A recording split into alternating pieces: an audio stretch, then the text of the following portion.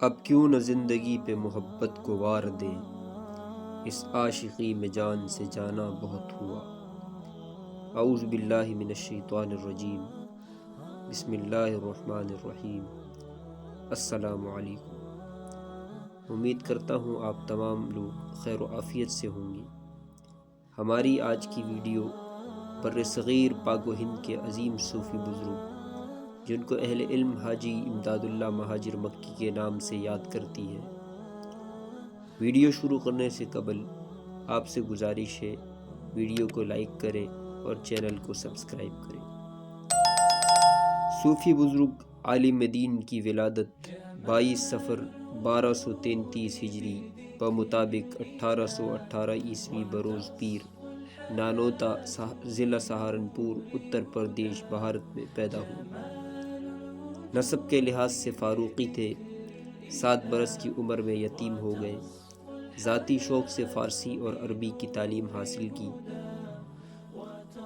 دلی جا کر اس وقت کے فضلاء اجل سے تفسیر، حدیث اور فقہ کا درس لیا۔ بعد ازاں حضرت میاں جی نور محمد جھنجھانوی میاں جو کی توجہ خاص سے سلوک کے منازل طے کی اور خرقہ خلافت حاصل کیا۔ 1844 میں حج بیت اللہ سے مشرف ہوئے۔ وطن واپس آ کر رشد و ہدایت کا سلسلہ شروع کیا۔ آپ کے متبعین میں عوام مولانا رشید احمد گنگوہی، مولانا قاسم نانوتوی، مولانا محمد یعقوب نانوتوی، مولانا اشرف علی تھانوی، مولانا فیض الحسن سہارنپوری، شیخ الہند مولانا محمود الحسن اور مولانا حسین احمد مدنی جیسے بلند پایہ علماء دین بھی شامل تھے۔ 1859 عیسوی میں آپ ہندوستان سے ہجرت کر کے مکہ معظمہ چلے گئے اور بقیہ زندگی وہیں بسر کی، اس لیے مہاجر مکی کے لقب سے مشہور ہوئے۔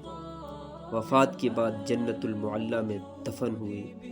علم دین اور تصوف پر تقریباً 10 کتب، جہاد اکبر، گلزار معرفت، مرقومات امدادیہ، مکتوبات امدادیہ، درد نامہ غضبناک، ضیاء القلوب تصنیف کی۔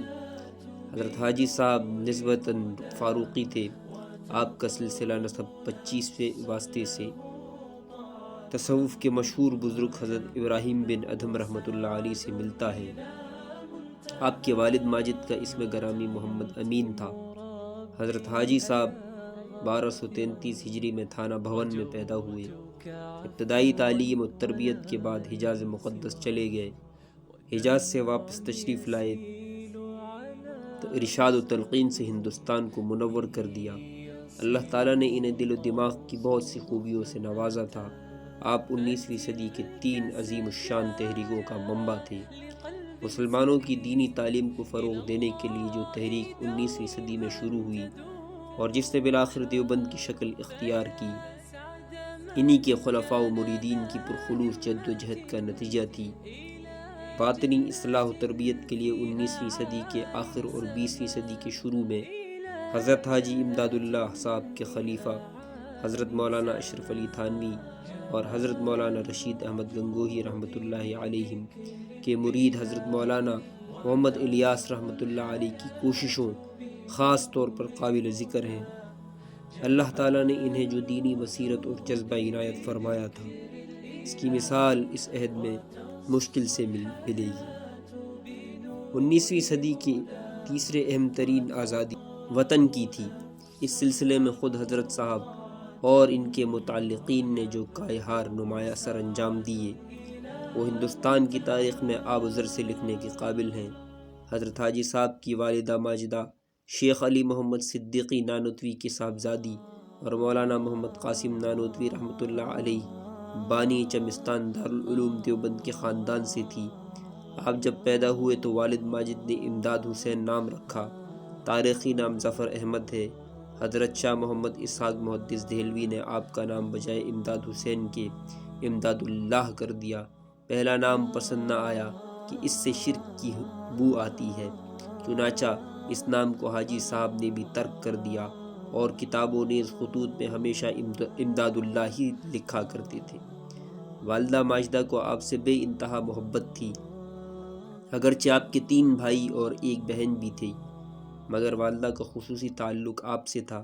اسی لاڈ پیار کی وجہ سے آپ ابتدائی تعلیم سے بھی محروم رہے۔ ابھی عمر کے 7ویں منزل ہی میں قدم رکھا تھا کہ والدہ ماجدہ کا انتقال ہو گیا۔ انہوں نے انتقال کے وقت خاص طور پر وصیت کی کہ کوئی میرے بعد اس بچے کو ہاتھ نہ لگائے۔ اس وصیت کی تعمیل میں یہاں تک مبالغہ کیا گیا کہ آپ کی تعلیم کی جانب توجہ نہ ہوئی۔ بالآخر آپ خود ہی تعلیم کی طرف متوجہ ہوئے اور اپنے شوق سے قرآن مجید حفظ کرنا شروع کیا، مگر ہر مرتبہ کچھ ایسے مواقع پیش آتے رہے کہ اس وقت حفظ کی تکمیل نہ ہو سکی۔ اس زمانے میں استاد الاساتذہ حضرت مولانا مملوک علی نانوتوی رحمۃ اللہ علیہ، جن سے آپ کا ننیالی تعلق تھا، دہلی کے اوربک کالج میں مدرس تھے۔ آپ ان کے ہمراہ علوم کے لیے دہلی تشریف لے گئے۔ اس وقت آپ کی عمر 16 سال تھی۔ اسی زمانے میں چند مختصرات فارسی تحصیل فرمائی اور کچھ صرف و نحو کی تعلیم اساتذہ عصر کی خدمت میں حاصل کی، اور مولانا رحمت علی تھانوی سے شیخ عبدالحق دہلوی کی تکمیل الایمان اخذ فرمائی۔ مثنوی مولانا روم رحمۃ اللہ علیہ آپ نے حضرت شیخ عبدالرزاق سے پڑھی، جو مفتی الہی بخش کاندلوی کے شاگرد تھے۔ حضرت مفتی صاحب حضرت شاہ ولی اللہ محدث دہلوی کے شاگرد تھے۔ مثنوی مولانا روم سے آپ کو تمام عمر بڑا شغف رہا۔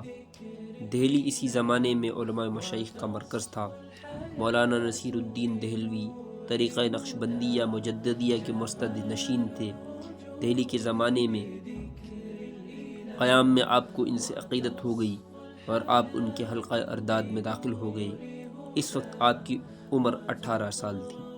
چند دن تک پیر و مرشد کی خدمت میں رہ کر اجازت و خرقہ سے مشرف ہوئے اور اذکار طریقہ نقشبندیہ اخذ فرمائے۔ کچھ عرصے بعد آپ نے خواب دیکھا کہ سرکار دو عالم فخر موجودات حضرت محمد مصطفیٰ صلی اللہ علیہ وسلم کی مجلس آراستہ ہے۔ آپ صلی اللہ علیہ وسلم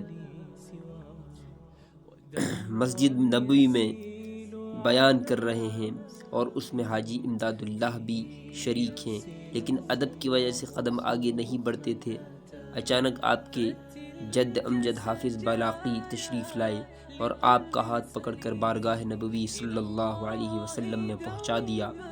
حضرت محمد مصطفیٰ صلی اللہ علیہ وسلم نے دست مبارک میں آپ کا ہاتھ لے کر حضرت میاں جی نور محمد جہجنوی کے حوالے فرما دیا۔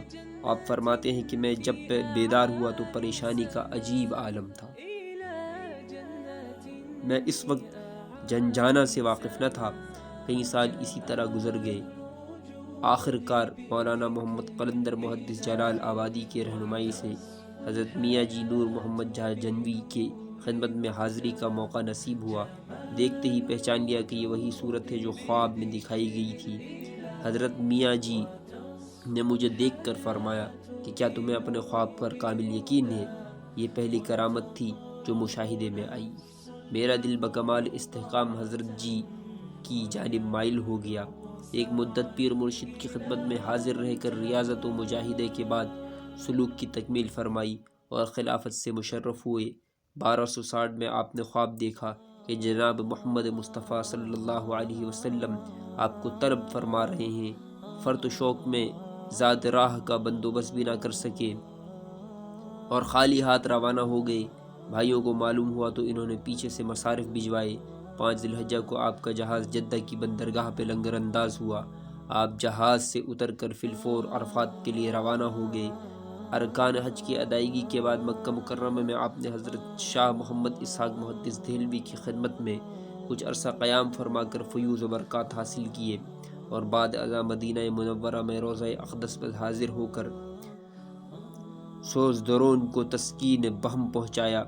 واپسی پر پھر چند دن مکہ مکرمہ میں قیام رہا۔ 1262 ہجری بمطابق 1846 عیسوی میں وطن مراجعت فرمائی۔ حج سے واپسی کے بعد دن بدن لوگوں کا رجوع بڑھتا جاتا تھا اور کثرت سے آپ کی دست مبارک پر بیعت کرنے کے مشتاق تھے، مگر آپ کسی طرح تیار نہ ہوتے تھے۔ بالآخر حافظ محمد امین صاحب کے شدید اصرار پر، جو آپ کے پیر بھائی تھے، بیعت کرانا شروع کیا۔ علماء میں سب سے پہلے حضرت مولانا رشید احمد گنگوہی آپ کے حلقہ ارادت میں داخل ہوئے عوام الناس کے علاوہ علماء عصر کی ایک بہت بڑی جماعت آپ کے حلقہ ارادت میں شامل تھی۔ جماعت علماء میں حضرت مولانا محمد قاسم نانوتوی کی نسبت آپ فرمایا کرتے تھے، جس طرح مولانا شمس تبریز کی زبان ہے، اسی طرح حق تعالیٰ نے مولوی محمد قاسم کو میری زبان بنایا۔ جو میرے قلب میں آتا ہے مولوی صاحب اس کو بیان کر دیتے ہیں، میں علمی اصطلاحات نہ جاننے کی وجہ سے اس کو بیان نہیں کر سکتا۔ ہندوستان میں انگریزی حکومت کے دور میں عدل و انصاف اور رعایا پروری کی بجائے جبر و استبداد، لوٹ کھسوٹ کا عام دورہ تھا۔ انگریزی عملداری میں ہندوستان کو عیسائی بنانے کا منصوبہ تیار کر لیا گیا تھا۔ پادریوں کو نہ صرف تبلیغ کی اجازت تھی بلکہ انگریز احکام ان کی پشت پناہی کرتے۔ اسکولوں کالجوں کے مدرسین عموماً پادری ہوتے تھے۔ انجیل کا درس لازمی کر دیا گیا۔ پادری عام اجتماعات میں نہ صرف عیسائیت کی تبلیغ کرتے بلکہ ہندو اور مسلمانوں پر بے محابہ جارحانہ حملے کیے جاتے تھے۔ چونکہ انگریزوں کی نظر میں اس کا اصلی مد مقابل مسلمان تھا اور اسی کو وہ اپنا سیاسی حریف سمجھتے تھے، اس لیے انگریزوں کا خیال تھا کہ جب تک مسلمانوں کو پست اور ناکارہ نہیں بنایا جائے گا، اس وقت تک حکومت اور سربلندی کا نشہ ان کے دماغوں سے نہیں نکلے گا۔ اس لیے مسلمانوں کو زیادہ سے زیادہ ظلم جبر کا نشانہ بنایا گیا اور تبلیغ عیسائیت کا نشانہ بنایا گیا۔ چنانچہ جو فضل حق اور خیر آبادی اور دوسرے علماء کو فتویٰ جہاد 1857 عیسوی کے جرم میں کالے پانی کی سزا دی گئی، یہ حالات تھے جنہوں نے ارباب فکر و دانش کو یہ سوچنے پر مجبور کر دیا تھا کہ وہ انگریزوں کے خلاف سفارہ ہو جائیں یا اپنے آپ کو انگریزوں کی عیسائی بنانے والی پالیسی کے حوالے کر دیں۔ ادھر انگریز کے مظالم اپنی انتہا کو پہنچ گئے تھے۔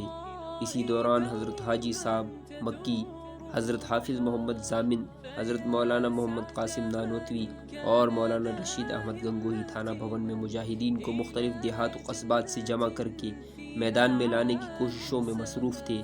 حضرت نانوتوی قدسہ سر امیر عسکر تھے۔ تھانہ بھون ہی کے قریب ترین مقام شاملی کی تحصیل پر، جس میں انگریز فوج متعین تھی، حملہ کر دیا گیا۔ حضرت حافظ محمد ضامن نے عین مارکے کے دوران جام شہادت نوش کیا۔ اگرچہ تحصیل پر مجاہدین کا قبضہ ہو گیا مگر حضرت محمد ضامن کی شہادت کے بعد مجاہدین تھانہ بھون واپس چلے گئے۔ انگریزوں نے اس کا بڑا سخت انتقام لیا۔ مظفر نگر کا کلکٹر فوج لے کر تھانہ بھون پہنچا اور شدید گولہ باری کر کے تھانہ بھون کی اینٹ سے اینٹ بجا دی۔ جماعت مجاہدین کے دھرم برہم ہو جانے پر حضرت حاجی صاحب مہاجر عرصے تک مختلف مقامات پر روپوش رہے اور جب ہندوستان کی زمین و آسمان کو اپنے لیے تنگ پایا تو 1276 بمطابق 1899 عیسوی میں ہندوستان سے ہجرت فرما کر حرم کعبہ میں پناہ گزین ہو گئے۔